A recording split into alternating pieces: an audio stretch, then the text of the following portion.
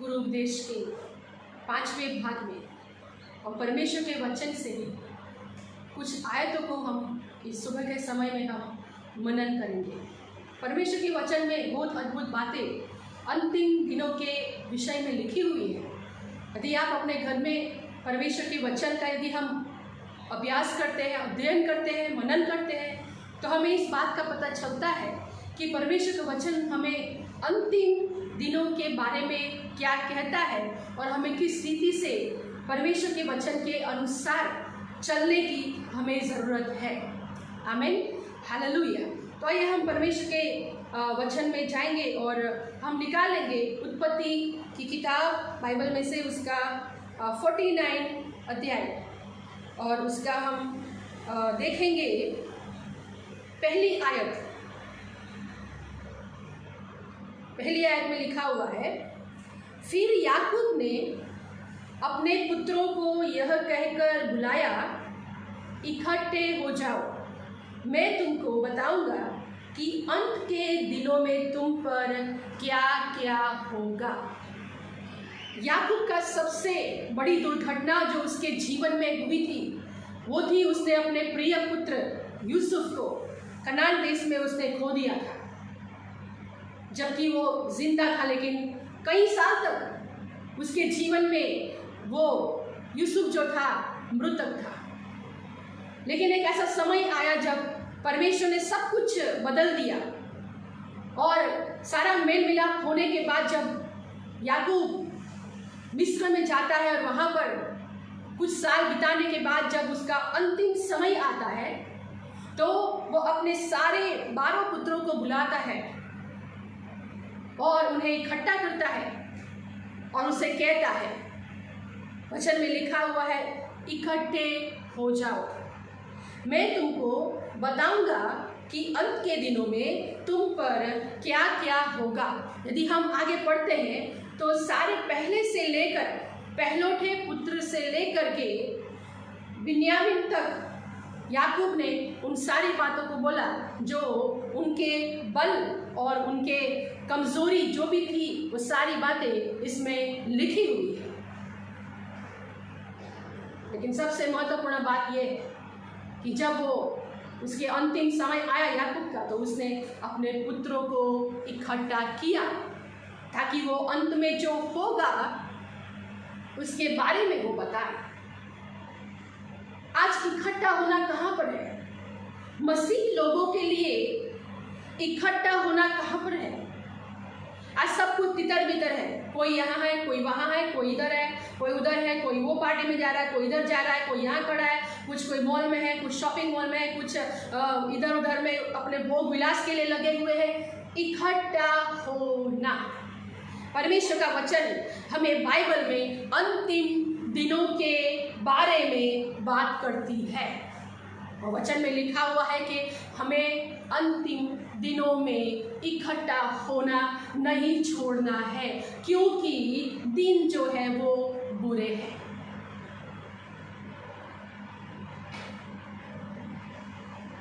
मसीह परिवार में आज सब कुछ तितर बितर है। बहुत सारे परिवार में हम देखते हैं कई बातें ऐसी लोगों के दिल और दिमाग में जकड़ के रखी हुई है, कई बातें ऐसी है जो लोगों के अंदर में घर कर गई है कि आज परिवार नहीं रहा और माता पिता भाई बहन कोई चीज़ का रिश्ता नहीं और किसी प्रकार का कुछ भी मेल मिलाप नहीं है। आज मनुष्य एक दूसरे को क्षमा नहीं कर पाता है। अंत के दिनों में हमें अपने आप को वचन के अनुसार हमें अंगीकार करना है, हमें वचन के अनुसार हमें जीने के लिए हमें इकट्ठा होना है।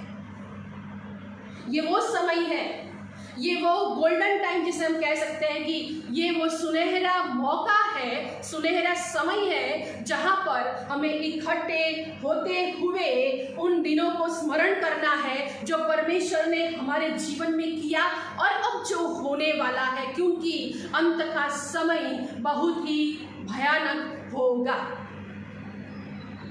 मनुष्य सहन नहीं कर पाएगा। एक और वचन को मैं आपके सामने पढ़ना चाहूँगी। मत्ती रचित सुसमाचार उसका हम देखेंगे 24वां अध्याय, मत्ती 24, और उसका हम 37 आयत से हम देखेंगे। उसमें लिखा हुआ है, 36 से भी पढ़ते हैं तो उसमें लिखा है, उस दिन और उस घड़ी के विषय में कोई नहीं जानता, न स्वर्ग के दूत और न पुत्र, परंतु केवल पिता, जैसे नूह के दिन थे। परमेश्वर के यीशु मसीह के आने के समय के पहले वचन में, नए नियम में नूह का उदाहरण दिया हुआ है। पुराने नियम में नूह के बारे में लिखा हुआ है, एक दिलासा देने वाला व्यक्ति। नूह का नाम ही वही है, कंफर्टर, एक दिलासा देने वाला व्यक्ति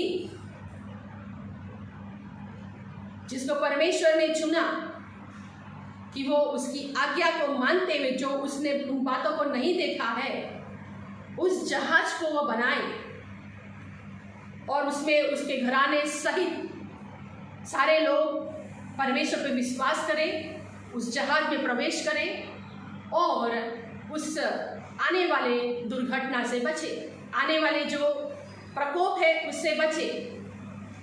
वो अंत का समय नूह के समय में था जब लोगों ने विश्वास नहीं किया, लेकिन नूह उसने अपने परिवार के साथ परमेश्वर पर विश्वास किया।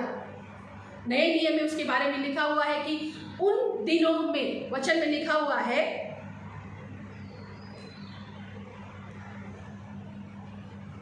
जैसे नूह के दिन थे वैसा ही मनुष्य के पुत्र का आना भी होगा, क्योंकि जैसे जल प्रलय से पहले के दिनों में, जल प्रलय के पहले से दिनों में, अंत जल प्रलय से हुआ, लेकिन उसके पहले के दिनों में क्या हो रहा था? परमेश्वर यीशु मसीह का आगमन निकट है, उसके आने से पहले क्या हो रहा है? यदि हम वचन में देखते हैं तो वचन में और आगे लिखा हुआ है कि जल प्रलय के से पहले के दिनों में होता था क्या? जिस दिन तक नूह जहाज पर चढ़ा उस दिन तक लोग खाते पीते थे और उनमें विवाह होते थे। ये सारी क्रियाएं चलती थी, खाते पीते थे और विवाह भी होते थे। आज वचन में खाना और पीना ये बताया गया है, और कुछ नहीं, खाना पीना, विवाह करना, भोग विलास, विवाह। यहाँ वहाँ जा कर के लोग क्या करते हैं? अपने आप को बहुत एंजॉय करते हैं, आनंद करते रहते हैं। चलो यहाँ चले, उधर चले, ये खाना, उधर खाना। आज के लोगों के यदि आप उनको पूछेंगे तो वो बताएंगे कि ये इधर में ये जगह में ये चीज़ अच्छी मिलती है, इधर में वो चीज़ अच्छी मिलती है, यहाँ पर ये फेमस है, वहाँ पर वो फेमस है।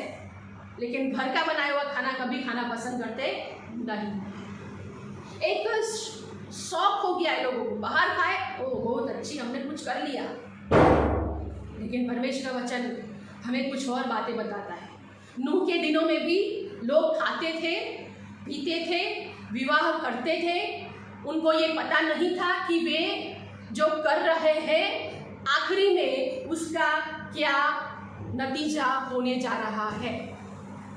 खाने पीने, विवाह करने के बीच में भी परमेश्वर का वचन नूह के द्वारा उन लोगों के बीच में आया, लेकिन उन्होंने नूह का मजाक किया, नूह का ठट्ठा किया, नूह को हंसी में उड़ाया, उसकी बात को उन्होंने नहीं सुना, नकार दिया। आज भी हम अपने लोगों के बीच में नकारात्मक बात देखते हैं, इग्नोरेंस। हम कई बार क्या करते हैं, कई बातों को हम इग्नोर कर देते हैं, हम नहीं देखते, अनदेखी बातें, अनसुना कर देते, अनदेखा कर देते, चलता है, जो होगा हम देख लेंगे।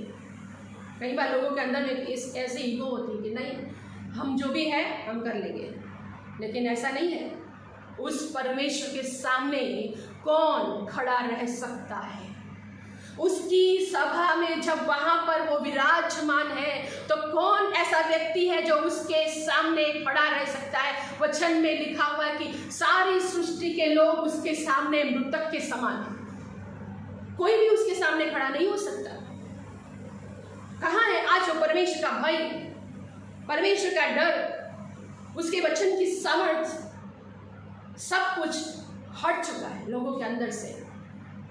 क्योंकि खाना पीना, भोग विलास, इधर जाना उधर जाना, आज लोग उसी में व्यस्त हो चुके हैं। मेरे प्रिय, आज सुबह के समय में बताना चाहती हूँ, अंतिम दिनों में हमें अपने आप को कैसे रखना है, हमें अपने आप को कैसे रखना है। यदि हम इब्रानी की पुस्तक पढ़ते, पहले अध्याय में लिखा हुआ है कि प्राचीन के दिनों में परमेश्वर ने भविष्यवक्ताओं के द्वारा बातें की। इन दिनों में परमेश्वर अपने पुत्र प्रभु यीशु मसीह के द्वारा हमसे बात करता है। प्रभु यीशु मसीह परमेश्वर का वचन, परमेश्वर का मेल, जो सारे जगत के पापों को उठा लिए जाता है।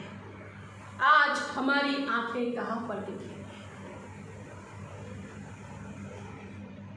दिन बहुत बुरे,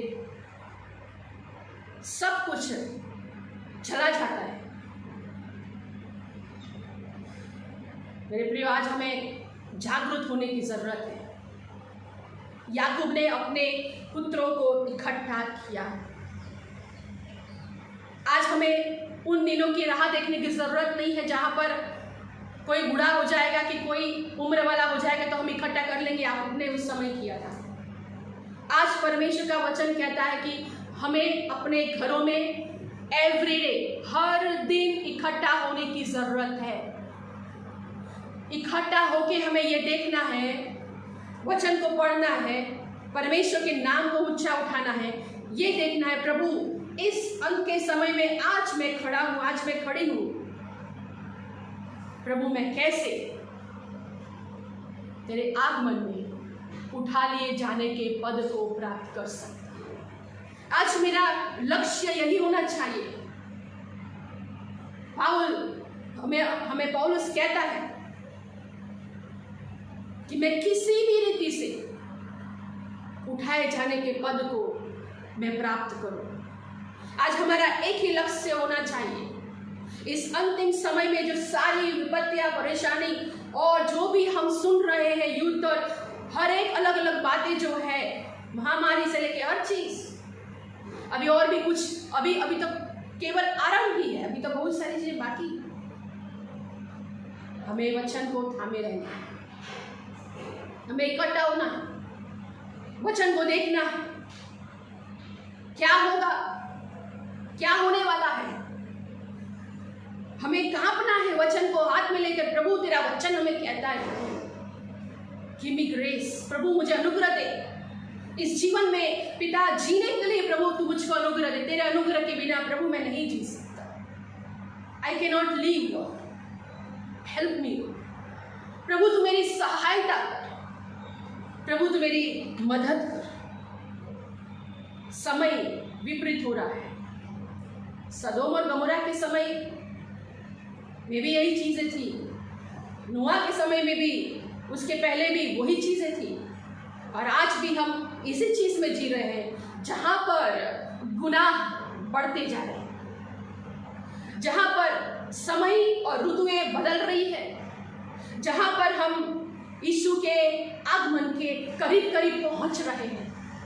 अब वो समय नहीं है कि जहां पर हम ऐसा बोले कि प्रभु अभी तो 100 साल बचे हुए हैं, आराम से जी लेंगे और बाद में हम कुछ कर लेंगे। सब कुछ बदलता जाता है, मनुष्य बदलता है, सब कुछ बदलता है। ये अंत के समय की निशानी है। लेकिन इस बदलते हुए लोगों के बीच में, बदलते हुए इस ऋतुएं और समय के बीच में, बदलते हुए वातावरण के बीच में हम अपने आप को कैसा रखते हैं?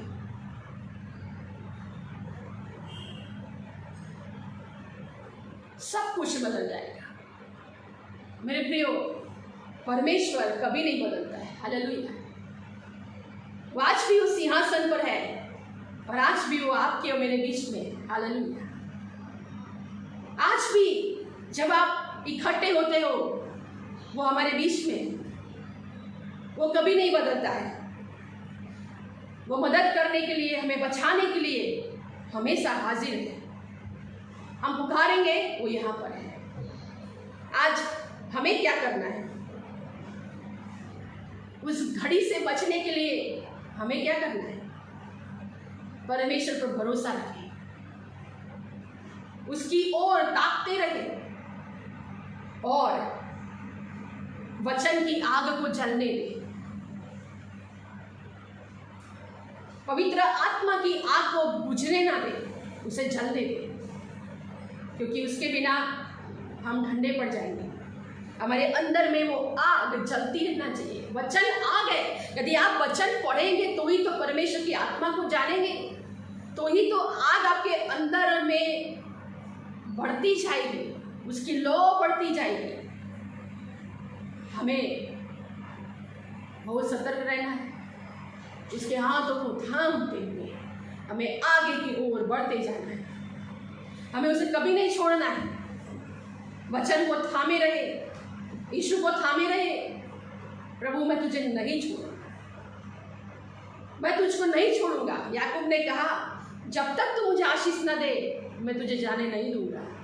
जब तक प्रभु तेरा आना न हो मैं तुझको नहीं छोड़ूंगा। जब तक मैं उठा लिया ना जाऊं पिता, तब तक इस अंत के दिनों में चाहे कुछ भी क्यों ना हो जाए, प्रभु मैं तुझे नहीं छोड़ूंगा, क्योंकि तू मेरा परमेश्वर है, तू मेरा सब कुछ है।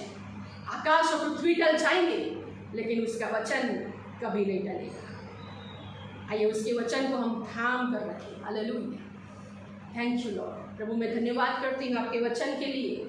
आपका वचन सामर्थी है पिता। इस अंत के समय में प्रभु अपने लोगों को पिता अनुग्रह दे पिता, ताकि वे लोग पिता आपके वचन के अनुसार वचन को थामते हुए पिता उस उठा लिए जाने के पद को प्राप्त करने वाले बनने पाए प्रभु। और पिता परमेश्वर प्रभु आपके पिता आगमन में पिता परमेश्वर प्रभु एक बड़ी संख्या में पिता परमेश्वर प्रभु पिता लोग पिता परमेश्वर आपके राज्य के भागीदार होने पाए प्रभु। ऐसे मैं प्रार्थना करती हूँ प्रभु। Thank you Jesus. वचन का प्रेम बढ़ने पाए प्रभु, आपके प्रति प्रेम बढ़ने पाए पिता। और प्रभु लोग इकट्ठा होना ना छोड़े, लेकिन अंतिम समय में जो बीतने वाला है प्रभु आपके वचन के अनुसार वे ध्यान करते हुए एक नए बल को प्राप्त करें। और प्रभु आपके नाम की महिमा हर एक परिवार से होने पाए प्रभु। ऐसे मैं प्रार्थना करती हूँ। सारा आदर महिमा मैं आपको देती हूँ। प्रार्थना प्रभु यीशु मसीह के नाम से मांगती हूँ, आमीन। हालेलुया।